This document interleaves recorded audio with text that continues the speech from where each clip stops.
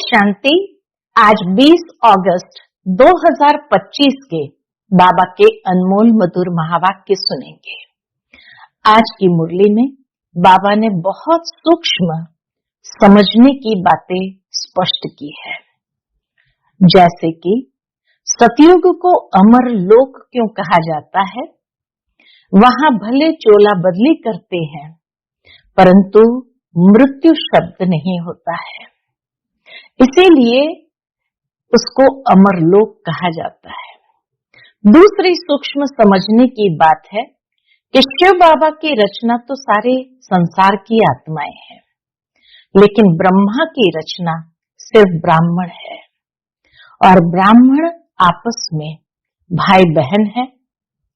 भाई बहन अर्थात पवित्रता का नाता। शिव बाबा की रचना आपस में भाई भाई है, ये भी सूक्ष्म समझने की बात है। तीसरी बात बाबा ने आज जो स्पष्ट किया है, त्रिमूर्ति शिव कहना सत्य है, त्रिमूर्ति ब्रह्मा कहना ये अज्ञान हो जाता है। शिव बाबा ही तीनों मूर्तियों को रचते हैं और तीनों मूर्तियों के द्वारा अपना स्थापना, पालना और महाविनाश या महापरिवर्तन का कार्य कराते हैं। ब्रह्मा को त्रिमूर्ति नहीं कह सकते, क्योंकि ब्रह्मा सिर्फ स्थापना का कार्य करते हैं। तो सुनते हैं आज के बाबा के अनमोल मधुर महावाक्य। ओम शांति। मीठे बच्चे, श्रीमत पर चल, सबको मुक्ति, जीवन मुक्ति पाने का रास्ता बताओ। सारा दिन यही धंधा करते रहो। आज की मुरली से प्रश्न है, बाप ने कौन सी सूक्ष्म बातें सुनाई है जो बहुत समझने की है। उत्तर है, सतयुग अमर लोक है, वहां आत्मा एक चोला बदल दूसरा लेती है, लेकिन मृत्यु का नाम नहीं, इसलिए उसे मृत्यु लोक नहीं कहा जाता। दूसरी बात, शिव बाबा की बेहद रचना है, सारे संसार की आत्माएं ये उसकी बेहद की रचना है। ब्रह्मा की रचना इस समय सिर्फ तुम ब्राह्मण हो। त्रिमूर्ति शिव कहेंगे, त्रिमूर्ति ब्रह्मा नहीं। ये सब बहुत सूक्ष्म बातें बाप ने सुनाई है। ऐसी ऐसी बातों पर विचार कर बुद्धि के लिए स्वयं ही भोजन तैयार करना है। ओम शांति। त्रिमूर्ति शिव भगवान उवाच। अब वो लोग त्रिमूर्ति ब्रह्मा कहते हैं, बाप कहते हैं त्रिमूर्ति शिव भगवान उवाच। त्रिमूर्ति ब्रह्मा भगवान उवाच नहीं कहते। तुम त्रिमूर्ति शिव भगवान उवाच कह सकते हो। वह लोग तो शिव शंकर कह मिला देते हैं, यह तो सीधा है। त्रिमूर्ति ब्रह्मा के बदले त्रिमूर्ति शिव भगवान उवाच। मनुष्य तो कह देते, शंकर आंख खुलते हैं तो विनाश हो जाता है।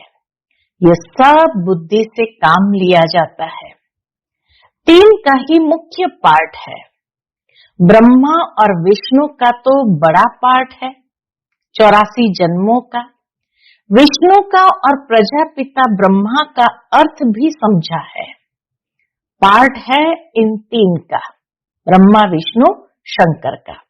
ब्रह्मा को तो नाम गाया हुआ है आदि देव, एडम, प्रजापिता का मंदिर भी है।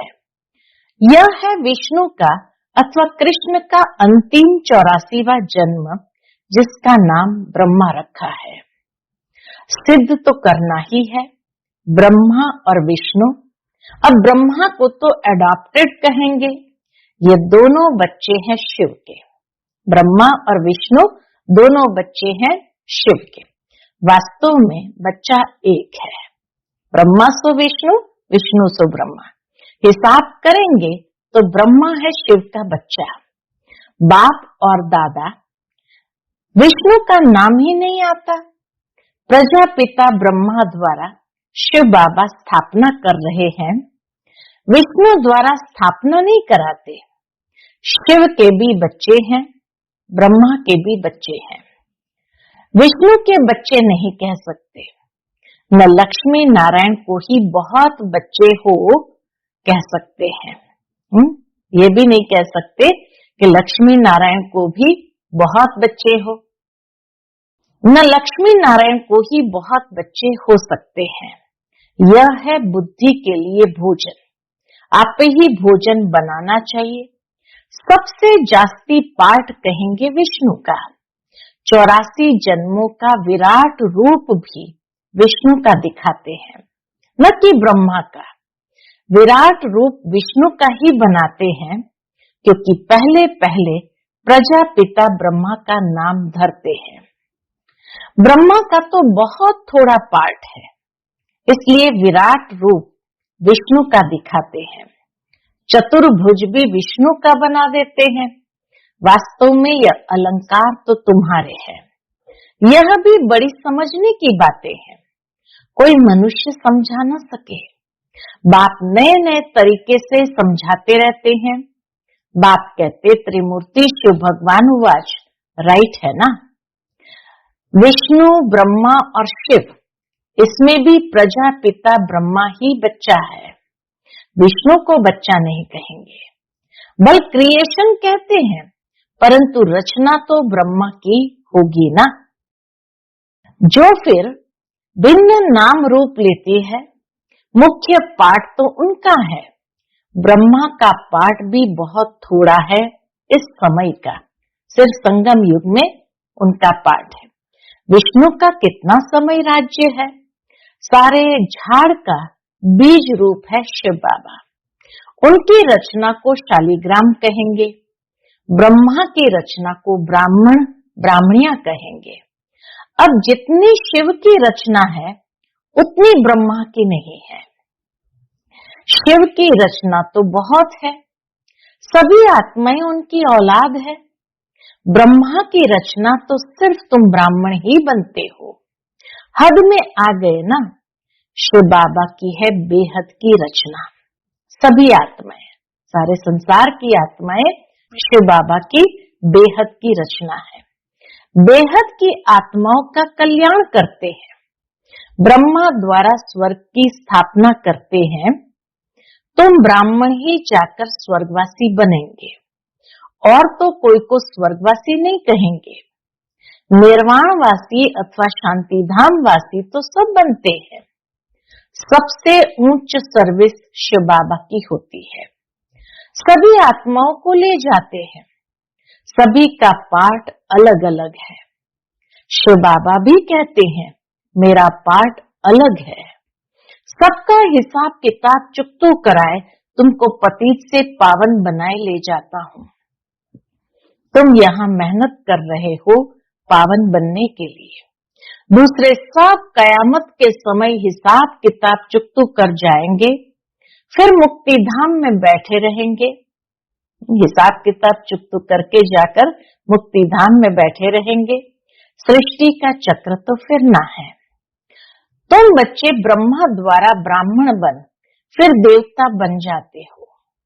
तुम ब्राह्मण श्रीमत पर सेवा करते हो। सिर्फ मनुष्य को रास्ता बताते हो। मुक्ति और जीवन मुक्ति को पाना है तो ऐसे पा सकते हो। ये रास्ता बताते हैं। दोनों चाबी हाथ में है, मुक्ति की और जीवन मुक्ति की।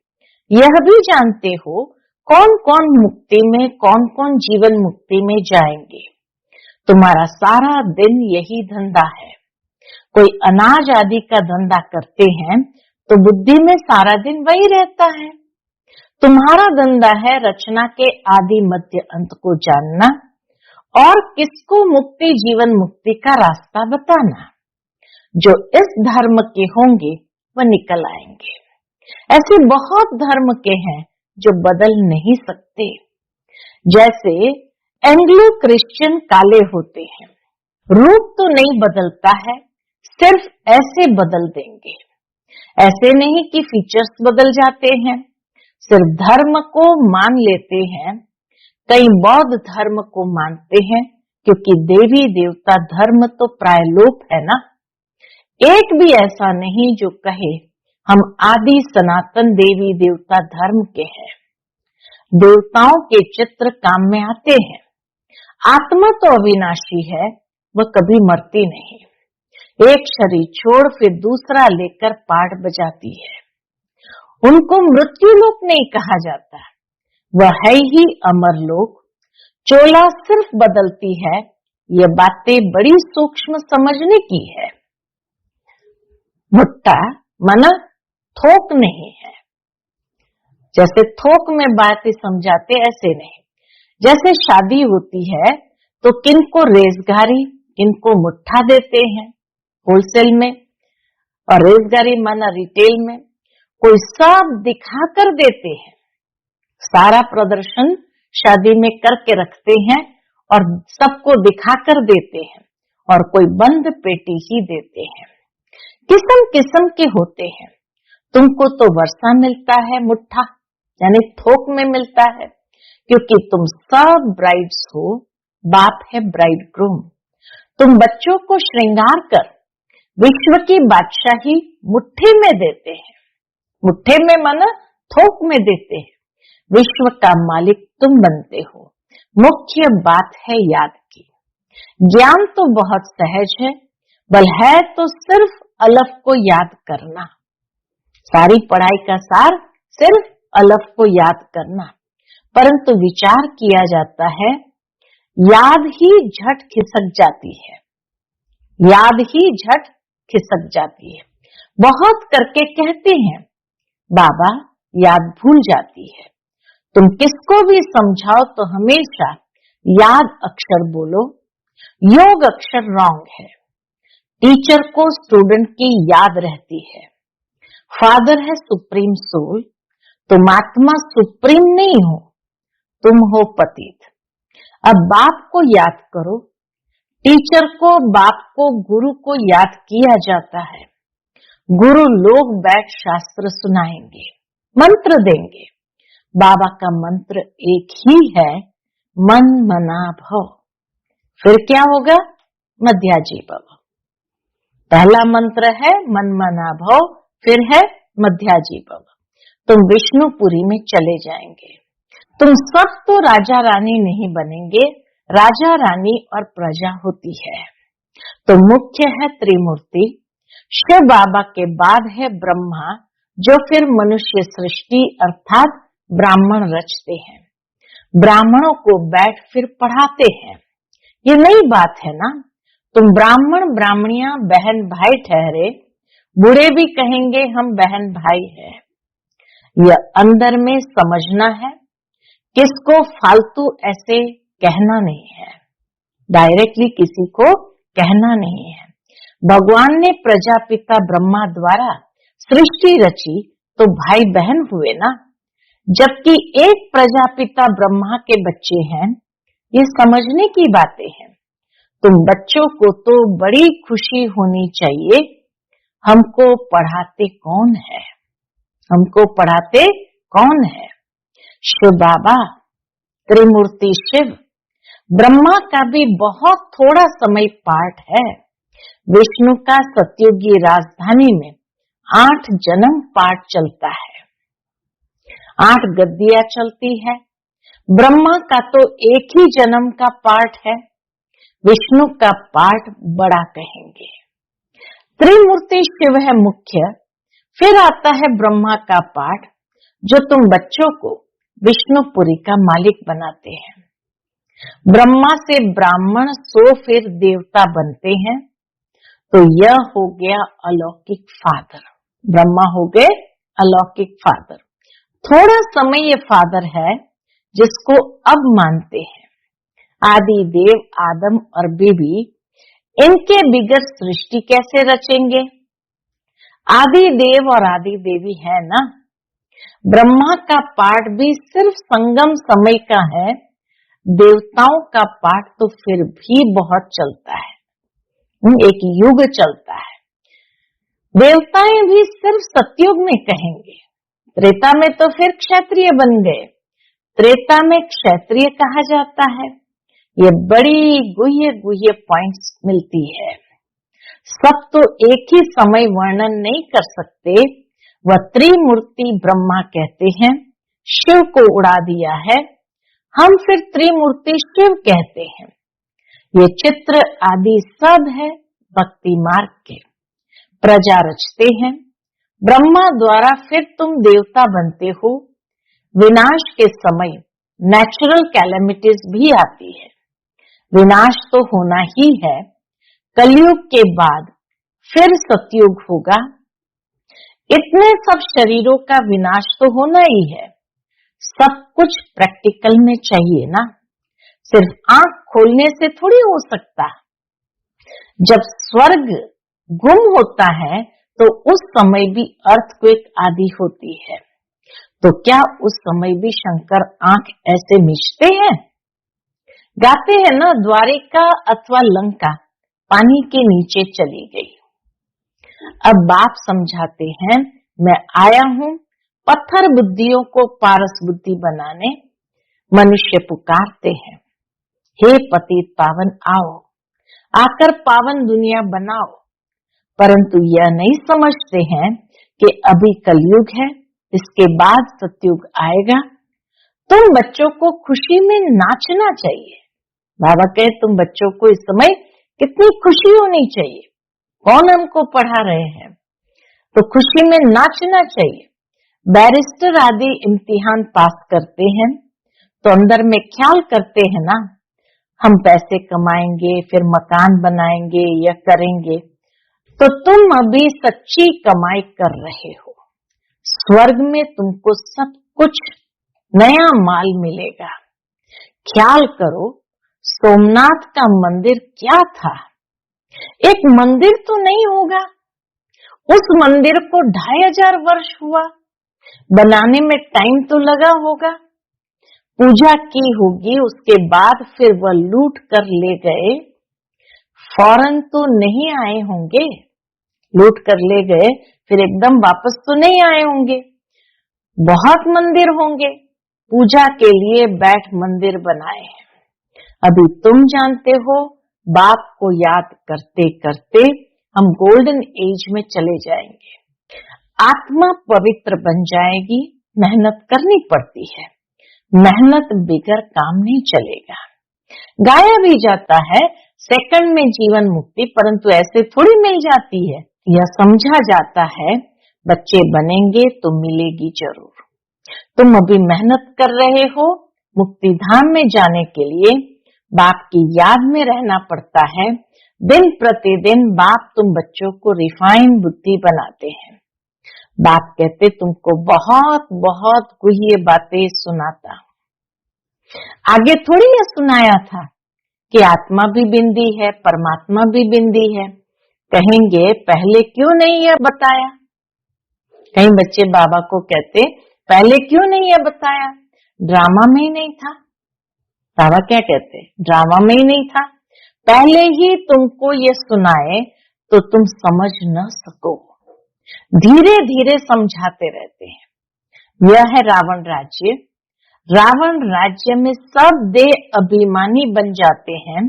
संगम में होते हैं आत्म अभिमानी। अपने को आत्मा जानना है। हमारा शरीर बड़ा हुआ है, अब ये छोड़कर फिर छोटा लेना है। आत्मा का शरीर पहले छोटा होता है, फिर बड़ा होता है। यहाँ तो कोई की कितनी आयु, कोई की कितनी आयु, कोई की अकाले मृत्यु हो जाती है, कोई कोई की 125 वर्ष की भी आयु होती है ना। तो बाप समझाते हैं तुमको खुशी बहुत रहनी चाहिए। उमाकर बाबा उनके पास ही आते कि तुमको खुशी बहुत होनी चाहिए। बाप से वर्षा लेने की। गंधर्व विवाह किया, यह कोई खुशी की बात नहीं, यह तो कमजोरी है। कुमारी अगर कहे हम पवित्र रहना चाहते हैं तो कोई मार थोड़ी सकते हैं। ज्ञान कम है तो डरते हैं। छोटी कुमारी को भी अगर कोई मारे, खून आदि निकले तो पुलिस में रिपोर्ट करे तो उसकी भी सजा मिल सकती है। जानवर को भी अगर कोई मारते हैं तो उन पर भी केस होता है, दंड पड़ता है। तुम बच्चों को भी मार नहीं सकते, कुमार को भी मार नहीं सकते। वह तो अपना कमा सकते हैं, शरीर निर्वाह कर सकते हैं। पेट कोई जास्ती नहीं खाता है। एक मनुष्य का पेट 4-5 रुपया, एक मनुष्य का पेट 400-500 रुपया। पैसा बहुत है तो हवच हो जाती है। गरीबों को पैसे ही नहीं तो हवच भी नहीं, वह सुखी रोटी में ही खुश होते हैं। बच्चों को जास्ती खान पान के हंगामे में भी नहीं जाना चाहिए, खाने का शौक नहीं रखना चाहिए। तुम जानते हो वहां हमें क्या नहीं मिलेगा, स्वर्ग में हमें क्या नहीं मिलेगा। बेहद की बादशाही, बेहद का सुख मिलता है। वहां कोई बीमारी आदि होती नहीं, हेल्थ, वेल्थ, हैप्पीनेस सब रहता है। बुढ़ापा भी वहां बहुत अच्छा रहता है, खुशी रहती है, कोई प्रकार की तकलीफ नहीं रहती। प्रजा भी ऐसी बनती है, मनुष्य ऐसे भी नहीं। अच्छा, प्रजा तो प्रजा ही सही, फिर तो ऐसे होंगे जैसे यहाँ के भील। सूर्यवंशी लक्ष्मी नारायण बनना है तो फिर इतना पुरुषार्थ करना चाहिए। अच्छा, मीठे मीठे सिकिलदे बच्चों प्रति माता पिता बाप दादा का याद प्यार और गुड मॉर्निंग। रूहानी बाप की रूहानी बच्चों को नमस्ते। हम सब रूहानी बच्चों की रूहानी माता पिता बाप दादा को याद प्यार, गुड मॉर्निंग और नमस्ते नमस्ते। शुक्रिया बाबा, शुक्रिया। आज की मुरली से धारणा के लिए मुख्य सार है। पहली पॉइंट, हम ब्रह्मा की नई रचना, आपस में भाई बहन है। यह अंदर समझना है, किसी को कहने की दरकार नहीं। सदा इसी खुशी में रहना है कि हमें शिव बाबा पढ़ाते हैं। दूसरी पॉइंट, खान पान के हंगामे में जास्ती नहीं जाना है। हवच यानी लालच छोड़ बेहद बादशाही के सुखों को याद करना है। आज का बाप दादा का मधुर वरदान हम बच्चों के प्रति है, अनेक प्रकार की प्रवृत्ति से निवृत्त होने वाले नष्टो मोहा स्मृति स्वरूप भव। अनेक प्रकार की प्रवृत्ति से निवृत्त होने वाले नष्टो मोहा स्मृति स्वरूप भव। स्व की प्रवृत्ति, दैवी परिवार की प्रवृत्ति, सेवा की प्रवृत्ति, हद के प्राप्तियों की प्रवृत्ति, इन सभी से नष्टो मोहा अर्थात न्यारा बनने के लिए बाप के स्नेह रूप को सामने रख स्मृति स्वरूप बनो। स्मृति स्वरूप बनने से नष्ट मोहा स्वतः बन जाएंगे। प्रवृत्ति से निवृत्त होना अर्थात मैंपन को समाप्त कर नष्ट मोहा बनना। ऐसा नष्ट मोहा बनने वाले बच्चे बहुत काल के पुरुषार्थ से बहुत काल के प्रारब्ध की प्राप्ति के अधिकारी बनेंगे। आज का स्लोगन है, कमल फूल समान न्यारे रहो तो प्रभु का प्यार मिलता रहेगा। कमल फूल समान न्यारे रहो तो प्रभु का प्यार मिलता रहेगा। आज का अव्यक्त इशारा है, सहज योगी बनना है तो परमात्मा प्यार के अनुभवी बनो। सहज योगी बनना है तो परमात्मा प्यार के अनुभवी बनो। जो नंबर 1 परवाने हैं उनको स्वयं का अर्थात इस देह भान का, दिन रात का, भूख और प्यास का, अपने सुख के साधनों का, आराम का, किसी भी बात का आधार नहीं। वे सब प्रकार की देह की स्मृति से खोए हुए अर्थात निरंतर क्षमा के लौ में लवलीन रहते हैं। जैसे क्षमा ज्योति स्वरूप है, लाइट माइट रूप है, वैसे क्षमा के समान स्वयं भी लाइट माइट रूप बन जाते हो। अच्छा, ओम शांति।